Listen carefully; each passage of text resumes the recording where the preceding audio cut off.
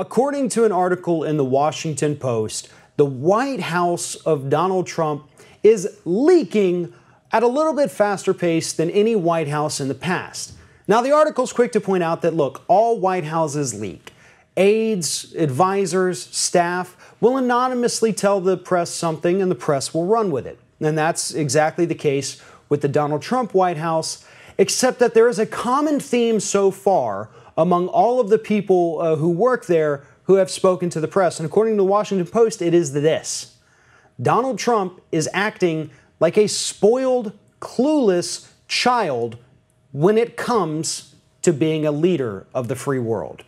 Now, what they mean is that his impulsiveness, his desire to just do things without thinking about the consequences, is reminiscent of that of a child.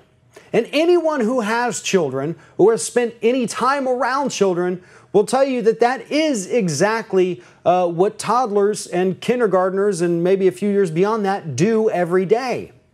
They don't have that long-term perception of anything. They just do what they want to now because it feels good.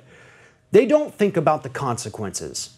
And that is exactly what we're seeing from Donald Trump, and that is exactly what his aides are telling us that they're seeing from inside.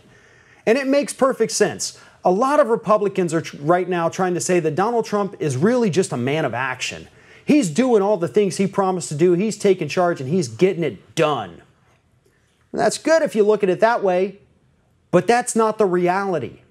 The reality is that he is pushing the limits of U.S. law by signing all of these executive orders without any input from any other government agency, without any input from any other human beings other than Steve Bannon and Stephen Miller. That's not how you legislate, that's not how you run a country, and that's not how you pass laws. In his first week in office, Barack Obama signed 5 executive orders. Most of those were to benefit the American public.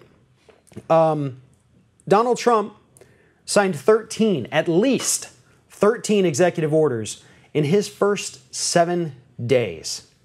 And yet Republicans all through Obama's presidency were complaining about his use of executive orders, even though he issued fewer than George W. Bush before him. They were saying that he was legislating unanimously, unilaterally, without input from anybody else.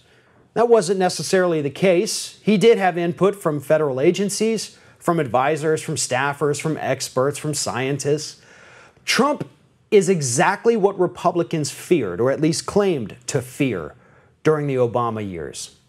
He is acting without any oversight. He is acting without any regard to the rule of law.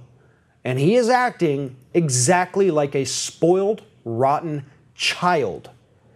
The only difference is that this child isn't leaving his Legos out on the floor. This child has his finger hovering over the nuclear launch button.